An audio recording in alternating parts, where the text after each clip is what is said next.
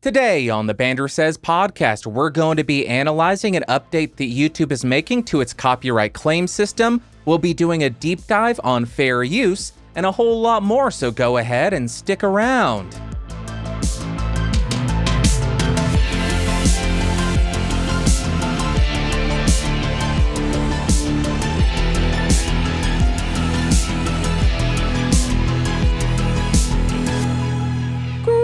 Greetings, Earthlings, and welcome back to episode 180 of the BSP. My name is Bandrew. This is what I says.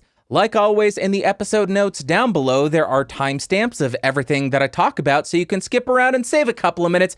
But if you got the time, I would appreciate you so much.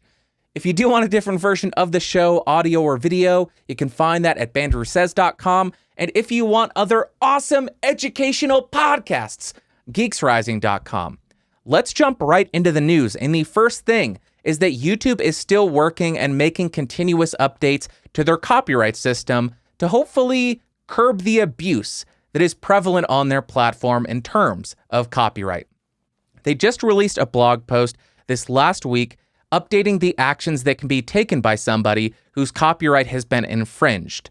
Previously, if there was any amount of copyrighted material in your video, even 2 seconds, the copyright owner could come in, manually claim your video, and claim all of the revenue from the entire video. That means if you had a 30-minute video and you used 2 seconds of Katy Perry's Dark Horse or any copyrighted song, that copyright owner could claim 100% of your revenue, which does seem unfair, but you were infringing on somebody's copyright. Additionally, if you unintentionally include some copyrighted material, if you're vlogging on the street, or if you're shopping in a store and you're recording and there's background music playing, or somebody drives down the street blasting Katy Perry, they could still claim all the revenue from your video, which again seems unfair, but you are including some copyrighted content. That's the way it previously worked. The change that has been made is that for very short clips or unintentionally included clips of copyrighted content, they can no longer claim the revenue from the entire video, or they actually can't claim any revenue if I am understanding correctly. However, they will still have the ability to block your video in certain countries.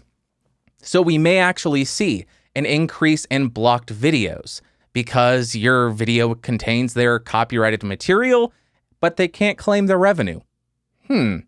I think we may see a little bit of a curbing of the abuse there. Per the update last month from YouTube, when somebody is manually claiming a video, the copyright owner must provide timestamps of exactly where the infringement occurs. Also in that blog post, they announced that using YouTube's built-in editing tools, if you manually removed that exact time where the copyright infringement was, it would automatically remove the copyright claim, meaning you get your revenue back, or your video gets unblocked in countries that the copyright owner had blocked your video in. Therefore, if you do receive a claim on your video for including a short clip of a copyrighted song, or if somebody's driving by you, or if you're in a store and you unintentionally include a clip of copyrighted material, you can also use YouTube's editing tools to remove that portion from your video to remove the block that could be imposed on your video. There's also the option that your video using a certain clip is fair use. But there's a little bit of a gray area when it comes to fair use, or maybe I should say there is a little bit of confusion when it comes to fair use. I constantly hear people say, I'm only using 5 seconds, it's totally fair use, which it's not. So let's do a little bit of a deep dive on fair use. And keep in mind, I am not a lawyer, so do not take this as legal advice. I am just a dope who likes making YouTube videos and has been making music, so I kind of understand copyright or fair use. I will link YouTube's article covering this topic in the episode notes if you want to read more, but they break it down into 4 factors of fair use. Factor 1 is the purpose and character of the use, including whether such use is of commercial nature or is for non-profit educational purposes. Courts typically focus on whether the use is transformative, that is, whether it adds new expression or meaning to the original, or whether it merely copies from the original. Commercial uses are less likely to be considered fair, though it is possible to monetize a video and still take advantage of the fair use defense. And here is my interpretation of that first factor. Reaction videos where somebody has a very large portion of their screen dedicated to some original content, and they let the entire thing play, and they just have a small face cam in the bottom corner saying, "Oh, wow." And then they're silent for a few minutes, and then they say, "My reaction to that video was, that was awesome. All right, guys, I'll see you later. Don't forget to hit that, smash that button, smash that like button, smash that subscribe button." I don't think that would fall under fair use, mainly because it is not a transformative work. It is you just adding a few words to the original piece of work. But on the other hand, if you're doing a rebuttal video and it's 10 minutes long and you include a 10-second clip of what somebody says and you say, well, here is why that person is wrong, here are some facts and logic, and guess what? They don't care about your g-dang feelings. That would be much more likely to fall under fair use because it is a transformative work. You are adding, what did they call it? Meaning to the original. You added new expression and meaning to the original piece of content. But saying, "Oh, wow, I thought that video was awesome," doesn't really fall under a transformation of that original piece of work. Factor 2 is the nature of the copyrighted work. Using material from primarily factual works is more likely to be fair use than using purely fictional works. This is nothing that I had ever considered. I did not know about this rule, but if you use something that is purely fictional, it's less likely to fall under fair use. So if you are doing anything, quote some facts. Quote some facts from some study, and it's much more likely to be fair use. Factor 3, the amount and substantiality of the portion used in relation to the copyrighted work as a whole. Borrowing small bits of material from an original work is more likely to be considered fair use than borrowing large portions. However, even a small taking may weigh against fair use in some situations if it constitutes the heart of the work. This is all well and good and everything, but I think this factor is a little bit misleading. I have heard one too many people say, "I'm only using 10 seconds of this extremely famous copyrighted material, therefore it's fair use." No, it's not.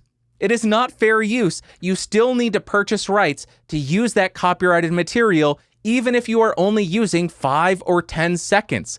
Just because you are using a small portion does not mean that it is fair use. It doesn't mean that. Keep in mind that all 4 of these factors are taken into account when you are entering into court to argue fair use, because remember, that's what it is. Fair use is a judgment that will occur if you go to court over copyright infringement. So when you go into court and say, "No, me using 10 seconds of a Blink-182 song in my podcast is fair use," they will say, "No, it is not a transformative work. You are just stealing that song." So keep that in mind. Just because you're using a small portion of a piece of copyrighted material does not automatically mean that it is fair use. But if you are arguing fair use and you are creating a transformative work and the portions of the original content that you are using are smaller, it is more likely that you will win the case of fair use. So please just keep that in mind. You can't just use anything you want because it's only 10 seconds. That's not how it works. And factor 4 is the effect of the use upon the potential market for or value of the copyrighted work. Uses that harm the copyright owner's ability to profit from his or her original work are less likely to be fair uses. Courts have sometimes made an exception under the factor in cases involving parodies. The way that I interpret this and the way that I've always thought about this in terms of fair use is creating a transformative work and creating a work that is not a substitute for the original thing that I am quoting or referencing in the video or the song or the podcast or anything. Let me bring up the reaction channels again. When you are letting the entire video play, you are not pausing it, you are not cutting to anything else, you are just saying, "Wow, cool, smash subscribe, see you later, that was great." That is not a transformative work, but additionally, it acts as a substitute because you are including the entire video that you are reacting to, Meaning, when somebody finishes watching your reaction to that video or that song, guess what? They don't have to go and watch the original. Therefore, you are directly affecting the profitability of the copyright owner because now they are losing that view. That is it for the 4 factors of fair use. Keep in mind, I am not a lawyer. This is not legal advice. They also include 4 myths of fair use. Let's look at those. Myth 1. If I give credit to the copyright owner, my use is automatically fair use. Nope, you would be 100% wrong. There's a reason why filmmakers don't just use any song that they want and say, well, you know what? I included the artist in the credits. That's not how it works. I remember very specifically, Donnie Darko, the cult classic, had a completely different soundtrack because the filmmakers could not afford the rights to the songs they wanted to use. I eventually saw the director's cut that used the soundtrack that they originally wanted, and I hated it because there was a lot less Tears for Fears. So just because you give credit to the copyright owner does not mean it's fair use. You still have to go through all 4 factors that we just discussed, and also you may have to purchase rights if you want to use something that's copyrighted. Myth 2. If I post a disclaimer on my video, my use is fair use. Wrong again. I have seen this so many times where somebody is clearly infringing copyright, but before the video starts, they include a 10-second freeze frame saying, well, this is not intended to infringe somebody's copyright. It's just intended for fair use. That doesn't mean that it is fair use. You still have to address all of the tenets of fair use and ensure that you are not infringing on a copyright. Just because you say you're not infringing a copyright does not mean that you are not infringing a copyright. You can't go kill somebody and then say, nope, I didn't kill him. You can't do that. So laws are laws, okay, people? You can't just say, nope, I'm not breaking the law. You have to prove that you're not breaking the law. Myth 3, entertainment or nonprofit uses are automatically fair use. Again, you can't just use anything you want. Myth 4, if I add any original content I created to someone else's copyrighted work, my use is fair use. Don't be stupid. Don't be like these reaction channels that add 5 words to an original piece of work and say, well, that's fair use because I had my video on top of it and I said, wow, really cool, I enjoyed that. That's not how it works. You need to make a transformative work that is not a substitution of the original work and does not affect their profitability, their ability to earn money off their copyrighted work. But before we end this story, I want to share with you what public domain is because I think that is a huge treasure trove of potential content that you can use for free because it is public domain. Public domain is a title for stuff that is no longer copyrighted. The copyright has lapsed, mainly because people have died, and then I think it was 80 years after their death, then it becomes fair use, no, not fair use, public domain. The main thing that I think of when I think of public domain is classical music because the original composers have been dead for a very long time. The copyrights lapse after a certain amount of time after somebody dies. So the actual compositions are public domain. I want to make a note on that topic though. Just because a composition is public domain does not mean that performances of that composition are public domain. Performances of that composition have copyrights of themselves. They are copyrighted as well.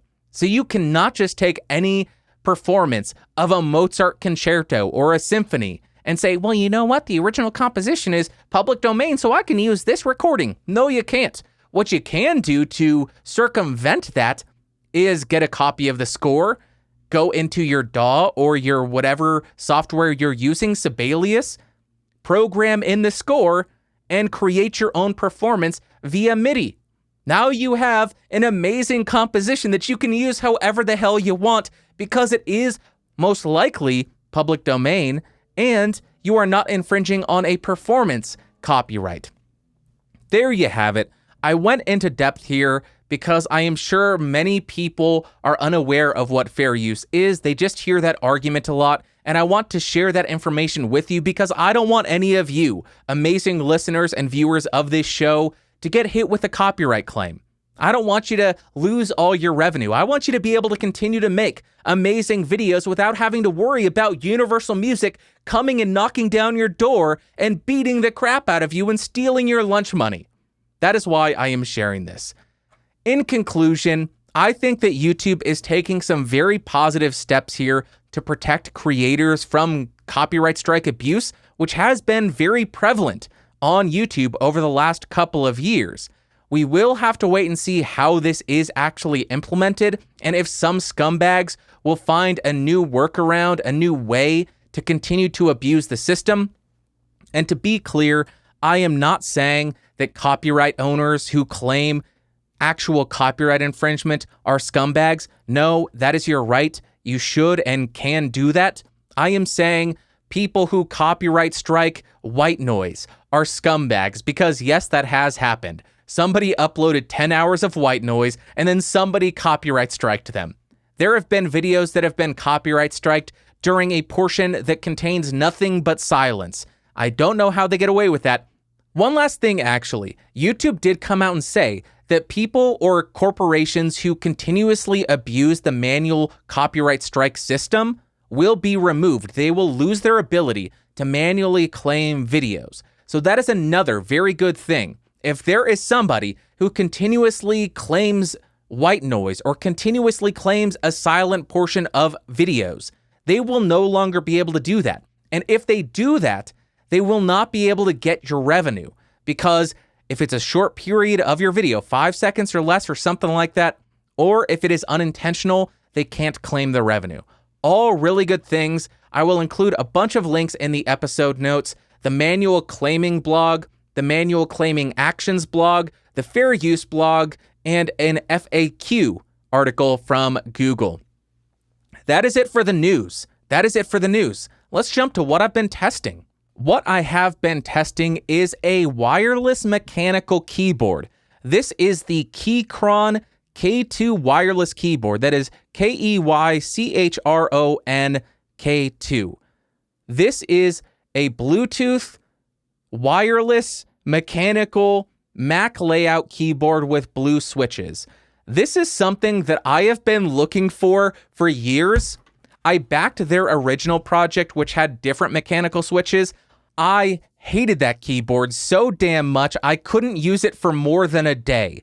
This, on the other hand, I backed this in Kickstarter immediately, and I bought 2 of them, and I am thrilled with them. They feel so amazing. They have the Mac layout. They feel great, slightly different than my DOS keyboard, but still really nice feeling. One thing that I am not too keen on, I don't have my 10 key.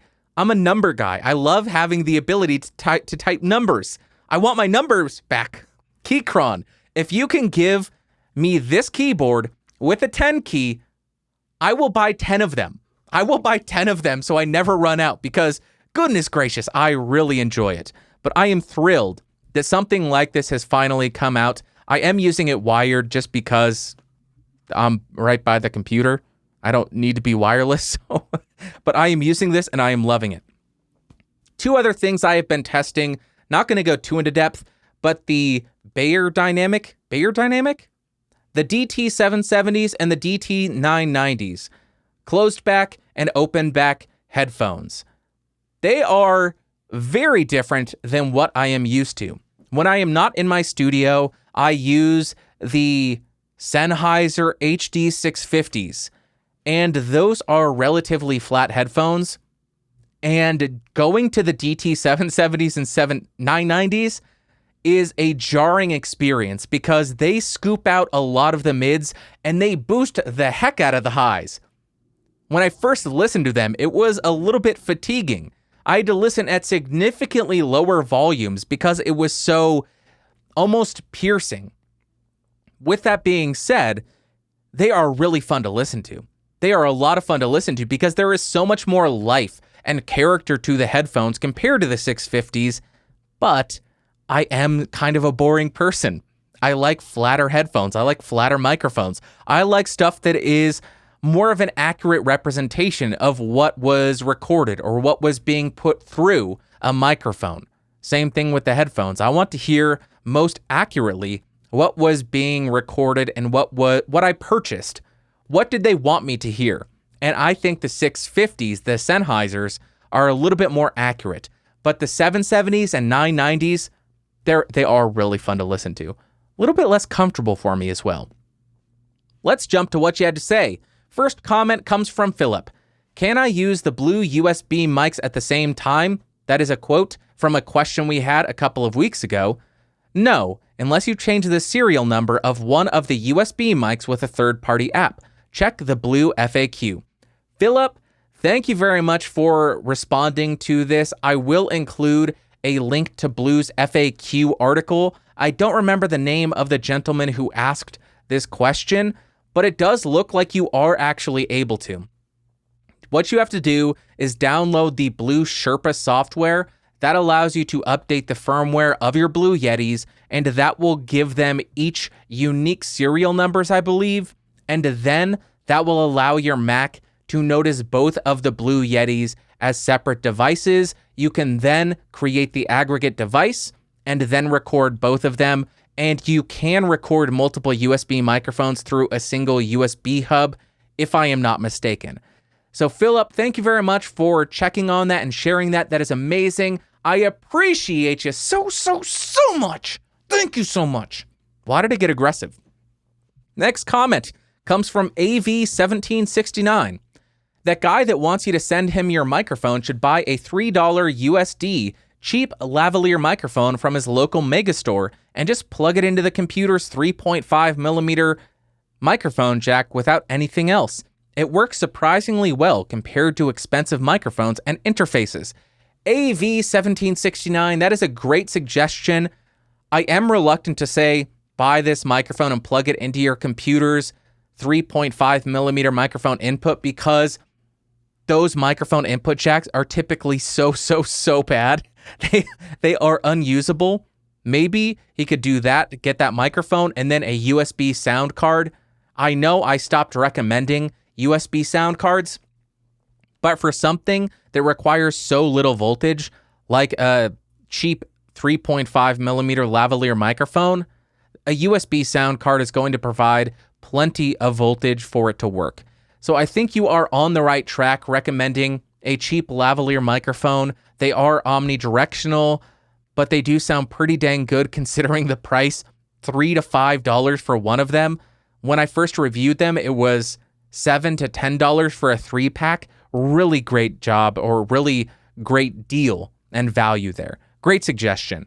Next comment comes from Stargate Pioneer from Better Podcasting and the Gonna Geek Network. What an absolute mad lad! What he says, regarding the FCC recommendation, I'm not 100% sure how Equifax or TransUnion or Experian are certified to handle credit monitoring, but it sounds like it is some sort of congressional legislative designation, or at the very least, oversight. As such, I highly doubt there will be any attempt to revoke their ability to consolidate and store our personal and financial information. Nothing that big changes in the government once it is set in motion. For example, Social Security, the Federal Reserve, and the National Park System. Can you imagine any of those being halted in Washington, D.C.? I sure don't. These credit reporting bureaus are the same. As such, and knowing you cannot shut them down, if you worked for the FCC and knew you could not change the fact that Equifax was operating, what would you recommend? It's just a thought for you anyway. Love the show and keep up the great work. Tell Cheryl we all say hi, SP. SP, thank you very much for the thought-provoking and challenging question. I always appreciate that. If any of you watching or listening does not know, Stargate Pioneer is a co-host for Better Podcasting, which is one of the main shows I recommend to people who are getting into recording podcasts because it is such a great and invaluable tool, an asset for everybody who records podcasts, especially hobby podcasters. Let's get to the question. Here is what I would recommend. Force Equifax to put a large portion of money into an escrow account or something along those lines. Then have a neutral third-party company or some governmental office act as the intermediary between that money and the U.S. citizens, all the people who were affected by this data breach. Then everyone who was affected receives X dollars per year for credit monitoring. That way they can use that money with any credit monitoring service that they want. Why did I stutter there? Any credit monitoring service that they want. Here's a parallel that I would draw. Let's say you, SP, legendary podcaster, go to Bandrew's Burger Shack because now I am a proprietor. I own a burger restaurant. You go there and you get food poisoning and fall into a coma for an entire year. My Burger Shack made you incredibly sick and you lost a year of income. We go to court. I say, no, it wasn't me. And you argue and provide proof. I lose the lawsuit and you are awarded $10 million for the lost wages of the year. You may think 10 million is a lot of money, but Stargate Pioneer's hourly rate, it is really high. So 10 million might be a little bit on the low side, actually. So you win this lawsuit, 10 million bucks coming your way for the lost wages. Instead of me giving you the $10 million that you so rightfully desire, so rightfully deserve, I give you a $9,999,000 gift certificate for Bandrew's Burger Shack and give you $1,000 in cash. That is how I interpret what is happening. So now you may have been wronged by me, the proprietor of Bandrew's Burger Shack, but you're getting a gift certificate for $9,999,000 to my establishment. You are only getting $1,000 for your own. You're getting compensated only $1,000 for the trouble that you just went through, the abuse, the awful experience that my restaurant has given you. So going back to Equifax, if we want compensation from them, we only have a couple of options. We can claim cash from them, which will probably truthfully end up being a $10 check. Is that really worth the leaking of your social security number? Or you can get credit monitoring service from the company that just wronged you, that just wronged everybody in the United States who has any kind of credit. So it is a very similar situation where if you get food poisoning from Bandrew's Burger Shack, we go to court, you win, I give you a gift certificate to Bandrew's Burger Shack or a $10 gift card or $10 in cash. That's what it's like. So I think that there needs to be some impartial third party or a governmental office that sends out money to every person who was affected to purchase credit monitoring from whatever company they want. So we are not forced to go with the company that just proved that they don't know what the hell they're doing in terms of securing data. Another more extreme option, which I would personally prefer, this is me going out on a limb. This will never happen. I would love this though. Force Equifax to pay for the cost of amending everybody's social security numbers. Imagine how much work would go into that. Amending everybody's social security numbers so the numbers that are leaked do not include all the information that's required to steal somebody's identity. Of course, this would be one of the largest undertakings that I would ever be aware of, because you would have to change every single system that relies on a social security number. But I think, you know what? If you screw everybody in the US, you may have to pay for it. You may have to amend everybody's social security number. Think about how we're taught. Oh, you need to be really careful with this information. Don't just give it out. And now everybody's social security number is out there. There's nothing we can do about it. The only real solution is to get new numbers. That's the only true solution to this problem. Get new social security numbers or amend the ones we currently have, and then don't ever let these companies get their hands on our data again. Great question, SP. Difficult, challenging, I appreciate it. Let's jump to my favorite part of the show, the Ask Bandrew segment.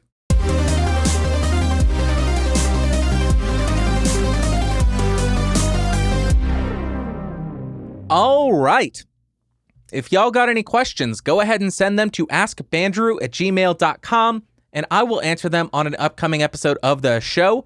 You can also submit voice questions through the SpeakPipe app that's installed on bandrewscott.com or bandrewsays.com, or you can send in a video or voice to the email that I just gave you, askbandrew@gmail.com. First email comes from Augustine. I have the Scarlett 2i2 2nd Gen, and I'd like to upgrade to the RME Babyface Pro. Do you know if it is worth it, or if I can upgrade to any Scarlett 3rd Gen and save money? When I use the 2i2 with more than 3 plugins, it starts to click, pop, and crackle. That is the main cause of why I want to move to the RME Babyface Pro. Augustine, I am glad I asked you why you wanted to upgrade, because that tells me exactly, or most likely, what the problem is. You can stick with the interface you have. Those pops and clicks are most likely a buffer size issue. Your I/O buffer size in your, maybe an ASIO, I don't know if that's what is used on Windows, but on Mac, if I go into my DAW settings, if I go to recording settings, it allows me to change the I/O buffer size. The lower the I/O buffer size, the less plugins you can run, the less plugins you can have on a channel before you start running into that issue. If you increase the I/O buffer size to 500 to 1,000, it will increase the latency of what you're recording. So if you are recording music, it may be difficult because you'll start to introduce a lot of latency. It will make it really difficult to play in the pocket. But if you're doing voice and you have that issue with the pops and crackles, you can increase that latency, do latency-free monitoring on your computer, and you should be good to go. That's the main issue. I had that exact same issue with Logic Pro. I actually couldn't get it to not do that because I was running 12 plugins or so. So I stopped recording in Logic Pro, and now I record into Audio Hijack, a standalone app with no plugins running, no nothing. And then I do all the processing in post with my I/O buffer size set around 512 samples. So try adjusting the I/O buffer size prior to spending $800 on the RME Babyface Pro, which is an amazing interface. I used it for a month and a half or 2 months. One issue I had, I noticed this, and the people in my Discord are the ones who pointed it out. Every occasion, very rarely, but it would still occur, it would just go completely robotic for 1 second. I would sound like Max Headroom. So that's an issue I had with the Babyface Pro. I only tried it on one computer. Could have been an issue with that computer, but it really is an amazing interface. Lots and lots of versatility, lots and lots of control. And the preamps are, you're getting what you pay for, but it sounds like you don't need to. Just play with the I/O buffer size and see if that fix it. Fix it? See if that fix it. Big brain Bandrew here. Okay, next email comes from Alan. I really enjoy Podcastage and have gotten a lot of great information. However, I have a question that I can't find an answer to anywhere else. Which mic do you think would sound more natural for spoken word or podcasting with less sibilants? That is all in capital. With less sibilants, the Rode Podmic or the Shure SM57 with the A81WS pop filter. You know, the presidential one. Thanks, Alan. Alan, I would argue that the Podmic will have less sibilants, but I will record a very quick sample and include it right here, and you can make up your own mind. I'll say some whistling S's, that type of stuff, and let you hear it. But allow me to be a salesman for a second. If you would like a full video on Podcastage 2, doing an in-depth comparison of these two microphones that lasts more than 5 seconds, head over to youtube.com/podcastage and click that join button to become a member at the $25 level. You only have to be at that level for 1 month, and then you can just cancel it or whatever, but I'll do a video on those two microphones comparing them on spoken word. There you go. Here's a clip.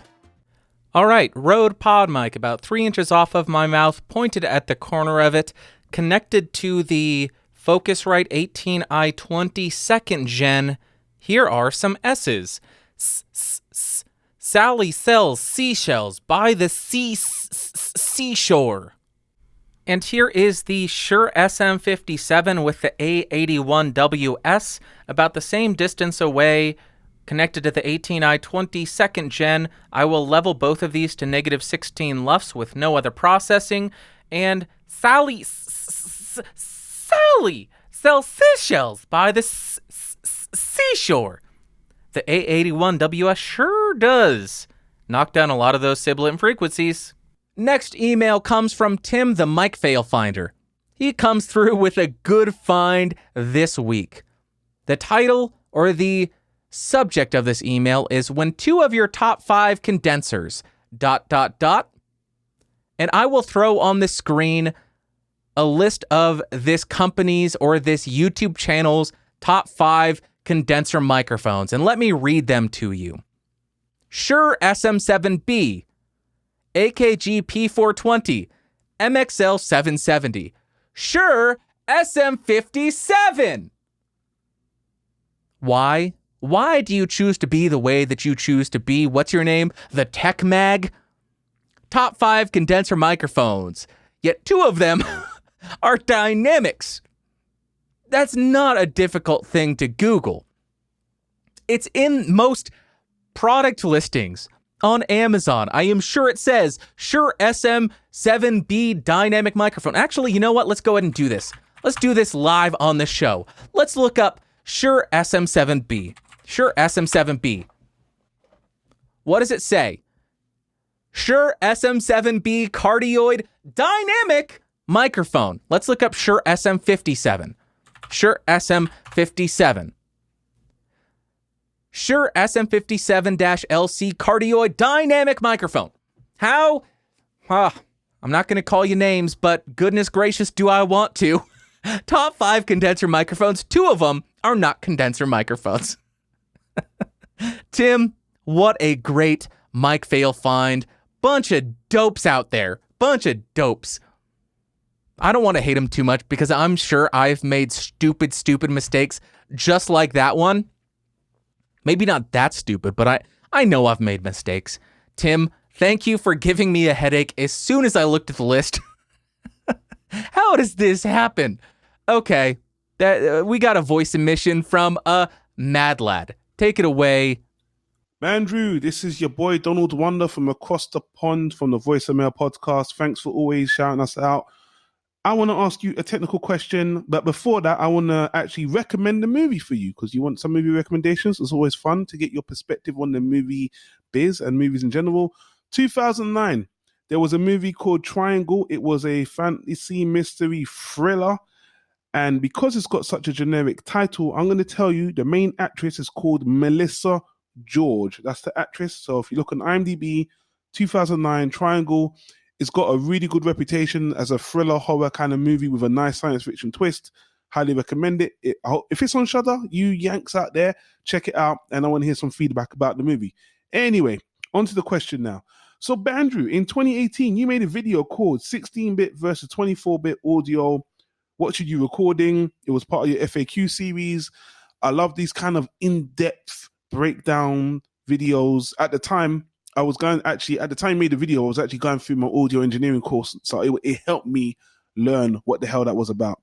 Anyway, since I've become a freelancer, a lot of engineers I meet actually record in 32-bit floating point. There's another YouTuber called Mike Russell. He does extensive breakdowns on Adobe Audition. If you use Adobe Audition, to anyone listening right now, he does fantastic breakdowns. He's got a video on YouTube called Why 32-bit floating point audio is better than 16-bit. And he kind of makes a case that using 32-bit can save over, people that don't set up their recordings properly, that overblow the audio.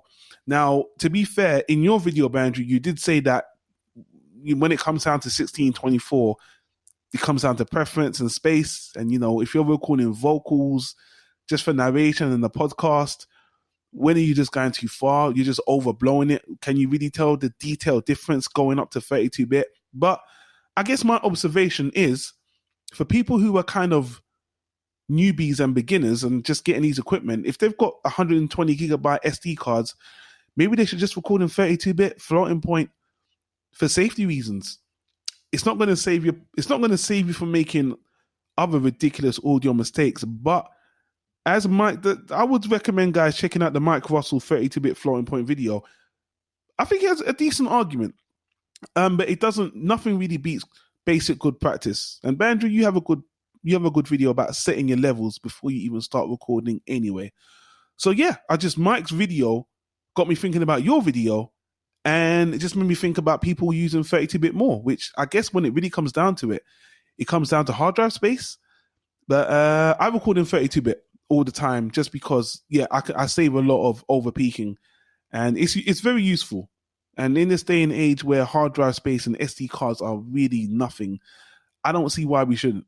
It just might be overkill, unnecessary. So I want your thoughts on that, Bandrew, even though I feel like I know what you're going to say, to be honest with you. But yeah, I just think it's an interesting observation.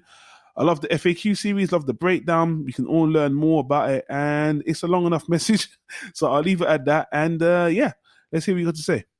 Donald, the absolute mad lad wunder. Thank you so much for sending in such a great question. I have so much fun every single time you send one in because you ask such good questions, and you're a movie freak just like me.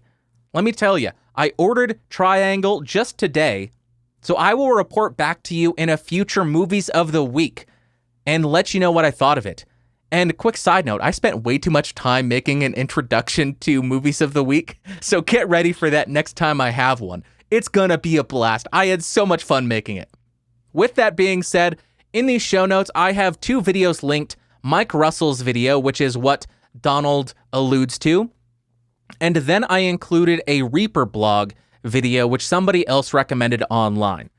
Here's the issue I see with 32-bit. If you are recording in 32-bit, or actually if you are processing your audio in 32-bit and bouncing to a 32-bit WAV file, and you have your gain set too high in post-production on the output of a compressor and your audio clips, yes, you absolutely can fix that and save it, because you are essentially recording in 24-bit, and then you have 8 bits of additional volume information, so it maintains that information. However, to my knowledge, almost all consumer-based or consumer-level audio interfaces record in 24-bit. So you have that limitation when you're putting your microphone in to your computer. So let me elaborate here. If you set your gain properly at 24-bit, great. If you set your gain poorly at 24-bit, you're still going to be clipping when you record. And there's nothing you can do to fix that. Recording in 32-bit in your computer doesn't change that unless you have a 32-bit actual analog to digital converter, which I don't think exists in consumer-level audio interfaces. Now, should you go 24 or 32? I don't use 32 because Logic Pro doesn't have it. My take on it is if you are working with other people and they are able to record and export in 32-bit WAV and they're sending it to you, absolutely more power to you. It gives you the control to fix any issues they may have caused with clipping. But if you have complete control over the recording process and you use a non-destructive editor like Logic Pro, Pro Tools, Reaper, any of those, Audacity is one that is a destructive editor, meaning when you add an effect, it overwrites the original. If you have a non-destructive editor, you handle all of the processing and everything. I honestly don't think you need to record in 32-bit, because if you export a WAV file and you think, well, I just exported it way too hot and it's clipping, go back in, lower the gain at whatever stage that you have it too high, and export it again. If you are dealing with other people, I understand why you would want to work in 32-bit, but I personally don't think there's really a need. Until we get 32-bit analog to digital converters in consumer level interfaces, some may exist, but I imagine they are not cheap. That's my uneducated, dopey take on 24 versus 32-bit.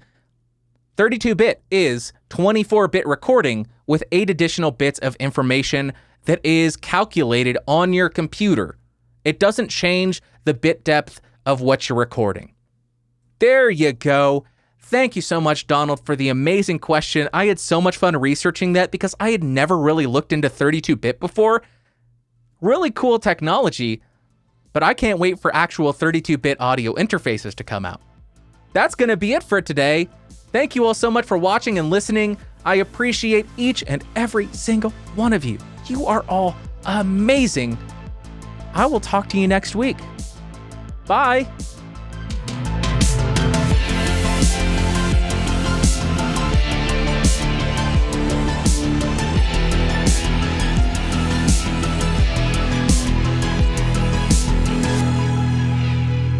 This has been a Geeks Rising production, your executive producer of Bandrew Scott. For more information, head over to www.geeksrising.com.